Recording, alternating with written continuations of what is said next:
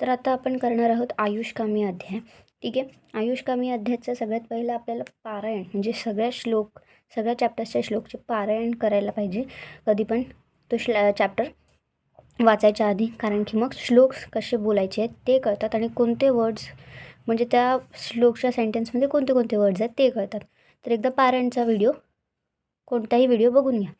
Then आयुषकामी अध्याय सगळ्यात पहिलं काय, रागादी रोगान सततानु शकतान अशेषकाय प्रसृतान शेषान औत्सुख्य मोहारतिदांजगान यो पूर्व वैद्याय नमोस्तु तस्मै. ह्या 2 लाईनमध्ये सगळ्यात पहिलं आपण वंदन करतो. ज्यांनी लिहिलं आहे हे, ओके, हे जे वाग्भट संहिता लिहिली आहे वाग्भटांनी, त्यांना आपण आधी वंदन करतो.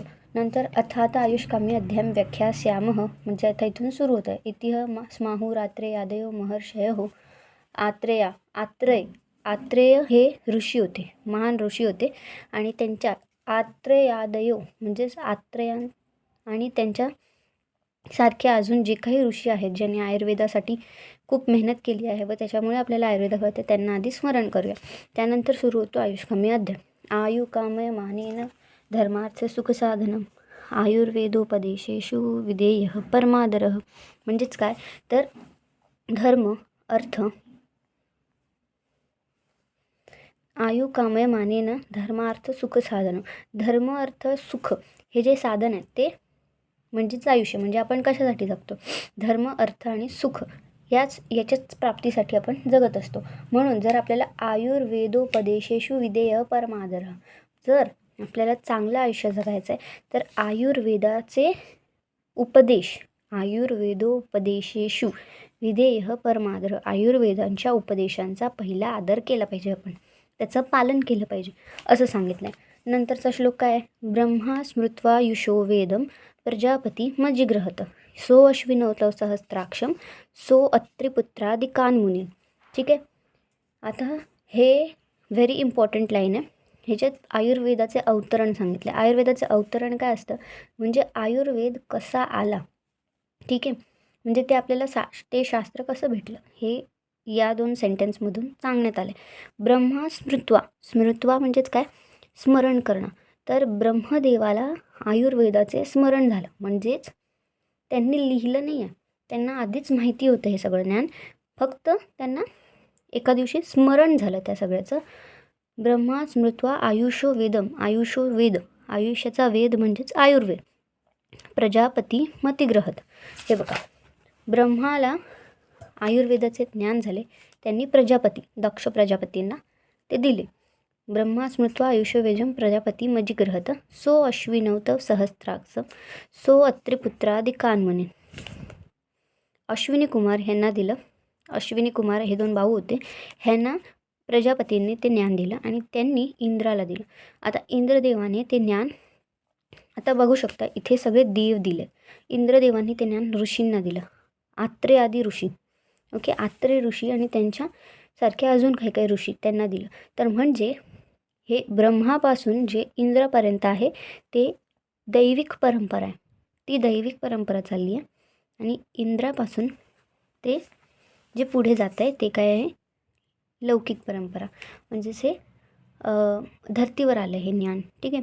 तर काय असतं माहिती आहे, हे असं का झालं आहे, तर ब्रह्माने डिरेक्ट ह्यांना का नाही दिले, तर काय असतं की जे आयुर्वेदाचं मेन प्रिन्सिपल काय आहे माहिती आहे, की आपण जे ज्ञान घेतो आहे ते जर आपण कोणाला दिलं नाही तर त्या ज्ञानाचं आपल्यावर ऋण होतं. ओके, म्हणजे ओझं होऊन जातं की आपण हे ज्ञान घेतलं आहे पण आपण कोणाला देऊ नाही शकलो. तर जे काही ज्ञान घेतो आपण, छोटं असो किंवा मोठं असो, जे काही ज्ञान घेणार ते आपल्याला कोणाला ना कोणाला म्हणजे कोणाला पण नाही, तर तो ज्ञान ते पुढे देऊ शकेल किंवा त्याचा चांगला वापर करू शकेल अशा व्यक्तीला ते ज्ञान आपल्याला वाटायचं आहे. ओके, सो त्रिपुत्रादिकान मुनी, मग ते अग्निवेशादिकांस्ते तू पृथक तंत्राणी ते निरे. मग आत्रेयांचे शिष्य अग्निवेशाचार्य आत्रेयांनी त्यांना दिलं. मग त्यांनी पृथक तंत्र काय असतं तर एक मोठं शास्त्र, ओके, त्यांनी पृथक तंत्र हे लिहिलं. आता हे जे पृथक तंत्र आहे त्यातून काय झालं, तेभ्यो तिवी प्रकीर्णेभ्य प्राय सारतरोच्चय क्रियते अष्टांग हृदयम नाती संक्षेप ना विस्तरम. ओके, हे पृथक पृथक तंत्र, सपोज एवढं मोठं तंत्र आहे ज्यात सगळं इन्क्लूड केलं आहे अग्निवेशांनी. त्यातून जे सार आहे, सार म्हणजेच जे सगळं इम्पॉर्टंट आहे ते असं रचून, म्हणजे सिद्धिस्थान, चिकित्सास्थान, असं सगळं रचून काय केलं, ना अतिसंक्षिप ना विस्तरम. अतिसंक्षिप्त, संक्षिप्त म्हणजेच छोटं, एकदम एकदम समरी टाईप छोटंसं नाही, किंवा एकदम विस्तारपूर्वक डिटेल एकदम नाही, तर एकदम प्रिसाईज असं अष्टांग हृदय क्रियते केलं गेलं, बनवलं गेलं. कुठून? पृथक पृथक तंत्रामधून. ठीक आहे, ह्यातून जे अष्टांग हृदय बनले. ठीक आहे, त्याचा सारवा. नंतर काय आहे, हे एक इम्पॉर्टंट आहे, व्हेरी इम्पॉर्टंट. काय बालग्रहोर्ध्वांग शल्यदंष्ट्रा जरारुषान अष्टवंगाने तस्याहुष चिकित्सा येशू संश्रिता. आयुर्वेदाचे 8 अंग. ओके, 8 तुम्हाला माहिती आहे, अष्टांग आयुर्वेद, मग अष्टत्रिक, असे 8 हा आकडा ना खूप जागी आले, म्हणजेच 8 स्थान आहेत. ठीक आहे, तर 8 या आकड्याची पण काहीतरी व्हॅल्यू आहे अष्टांग हृदयामध्ये, आयुर्वेदामध्ये. तर हे अष्टांग आयुर्वेदचे 8 अंग दिलेत, 8 वेगवेगळे कॅटेगरीज काय आहेत. काय म्हणजेच काय चिकित्सा म्हणजेच जनरल मेडिसिन्स जो देतो ना ते. बाल म्हणजेच पिडियाट्रिशियन. ग्रह चिकित्सा. ओके, देन ऊर्ध्वांग आणि अधोअंग. ऊर्ध्व म्हणजेच काय, तर वरचा भाग. अधो म्हणजेच काय, खालचा भाग. तर ऊर्ध्वांग म्हणजे काय ना, तर क्लॅविकलचे जे वरचं सगळं आहे ना, ENT बोलतो ना आपण, इयर नोज टंग, ते ऊर्ध्वांग चिकित्सामध्ये येणार. मग शल्य आणि ओके, ऊर्ध्वांग चिकित्सा शालाक्य चिकित्सा बोलतात, शालाक्य तंत्राच्या अंडर येतात. मग शल्य म्हणजेच सर्जरी. मग दंष्ट्रा म्हणजेच विषचिकित्सा. जरा आणि वृषाण. जर म्हणजेच रसायन, वेगवेगळ्या प्रकारचे रसायन वाचतो, सेकंड इयरला येतं हे. आणि वृष चिकित्सा म्हणजेच वाजीकरण चिकित्सा, म्हणजेच शुक्र धातूवर जे काम करतो ना, इन्फर्टिलिटीचे केसेस ते वाले. अष्टावंगानी तस्याहुष चिकित्सा येशू संश्रिता. म्हणजेच हे 8 अंग आहेत आयुर्वेदाची, ज्याच्यावर चिकित्सा निर्भर करते. नंतर काय, वायू पित्तम कफश्चेती त्रयोदोषाः समासतः. वायू, पित्त आणि कफ हे 3 दोष आहेत शरीरात. ह्याच्याबद्दलच आपल्याला पूर्ण 5 वर्ष वाचायचं आहे. सो हे बेसिक्सपासून सुरू आहे फर्स्ट चॅप्टरमध्ये. ओके, वायू पित्तम कफश्च इति, म्हणजेच वायू आणि पित्त आणि कफ हे 3 दोष असतात शरीरात. आता ह्याच्यात ते काय आहे, विकृता देहम, विकृता म्हणजेच विकृत अविकृत देहम, घ्नन्ति ते वर्तयन्ति च ते व्यापिनोऽपि रदो मध्योर्ध्व संश्रय. हे 3 दोष जे आहेत, विकृत झाला, हे 3ही दोष जर विकृत झाले तर देह घ्नन्ति, जर विकृत झाले तर घ्नन्ति म्हणजेच शरीराला हानी पोचवतात. आणि जर हे 3 दोष अविकृत झाले तर वर्तयन्ति म्हणजेच शरीराची वाढ करतात. ते व्यापिनोऽपि रन्नाभ्यो. व्यापिनो म्हणजेच काय, तर व्यापलेले आहेत शरीरात. आता त्याचे स्थानच सांगितले, म्हणजे ते कुठे कुठे आहे, कुठे व्यापलेले आहेत. ऋन्नाभ्यो, ऋन् म्हणजेच हृदय, नाभ्यो म्हणजेच नाभी. तर हे हृदय आहे, हे नाभी आहे. तर ऋन्नाभ्यो. रधो म्हणजेच अधो म्हणजेच काय सांगितलं, ऊर्ध्व आणि अधो असतो. अधो म्हणजे खालचा भाग. अधो मध्य ऊर्ध्व संश्रय. कसं करायचं, तर वात पित्त कफ. पहिल्या श्लोकमध्ये हेच दिलं आहे ना, हाच सिक्वेन्स आहे, वात पित्त कफ. पहिला वात, मग पित्त, मग कफ. तर त्याच सिक्वेन्सनुसार त्यांनी स्थान सांगितले. हृदय व नाभीच्या अधोभागी म्हणजेच खाली, म्हणजेच कुठे, हृदय नाभीच्या खाली कोण आहे, वात आहे. ओके, जो काही पक्वाशयाचा एरिया आहे, म्हणजेच डायजेस्टिव्ह एरिया, आणि खालचा एरिया आहे ना, डायजेस्टिव्ह खालचा एरिया, तो वाताचा आहे. मध्यभागी, हृदय व नाभीच्या मध्यभागी पित्त आहे, आणि ऊर्ध्वभागी काय आहे, कफ आहे. संश्रया म्हणजेच संश्रित, म्हणजेच आश्रित आहे. नंतर काय दिलं आहे, नेक्स्टमध्ये काय दिलं आहे, वयो अहोरात्री भुक्तानाम ते अंत मध्या दिगाक्रमण, म्हणजेच वय अहोरात्र म्हणजेच रात्र, ओके, म्हणजेच पूर्ण दिवसाचं, ओके. भुक्तानाम, भुक्त म्हणजेच भोजन, भुक्तानाम म्हणजेच भोजन, ते अंत, अंत, मध्य आणि दिगा म्हणजेच प्रारंभ, ह्याच्या क्रमानुसार दोष जे आहेत वातपित्त कफ ते बदलतात. म्हणजे काय, तर वय बघितलं तर वयाच्या प्रारंभी म्हणजेच प्रारंभी, मध्य आणि अंत अवस्था कशी असेल, प्रारंभी म्हणजेच जेव्हा आपण बाल्य अवस्था असते, बालक असतो, तेव्हा कफचं डॉमिनन्सी जास्त असते. मग मध्य म्हणजेच अडल्ट स्टेज, तरुण अवस्था जी असते त्याच्यात पित्ताची डॉमिनन्सी जास्त असते. नंतर काय, वार्धक्य अवस्था, ज्याच्यात काय असतं, ओल्ड एज, ज्याच्यात वाताची डॉमिनन्सी जास्त असते. नंतर दिवस म्हणजेच पूर्ण डेमध्ये, तर प्रातःकाळी एकदम सकाळी कफ जास्त असतो, मग मध्ये दुपारी पित्त जास्त असतं आणि नंतर सायंकाळी वात जास्त असतं. नंतर त्याच्यानंतरच रात्र जे घेऊ आपण, तर एकदम रात्री म्हणजे संध्याकाळच्या नंतर कफ डॉमिनंट असतो, मग मध्यरात्री पित्त आणि मग प्रातःकाळी एकदम सकाळी वात डॉमिनंट असतो. नंतर भोजन काय म्हणजे जेवल्याच्या नंतरचे काय सांगितलं, तर जेवल्या प्रारंभी, जेवणाच्या तुरंत नंतर कफ डॉमिनंट असतं. नंतर त्याच्या थोड्या वेळाने पित्त आणि त्याच्या थोड्या वेळाने म्हणजे 5-6 तासांनी वात डॉमिनंट असतो. मग काय, तेरभवे द्विषमस्तीक्ष्ण मंदश्चाग्नी समयसम, ओके. म्हणजेच इथे 4 प्रकारचे अग्नी सांगितले. अग्नीचे 13 प्रकार असतात, पण त्यातली जाठर अग्नी जी आहे मीन्स डायजेस्टिव्ह फायर जी आहे, आता आपण डायजेशनबद्दलच बोलत होतो इथे, तर ती डायजेस्टिव्ह फायर जी आहे ती 4 प्रकारची आहे. कोणती? अग्नी करत आहे 4 प्रकारचे अग्नी असतात, विषम, तीक्ष्ण, मंद आणि समअग्नी, ठीक आहे.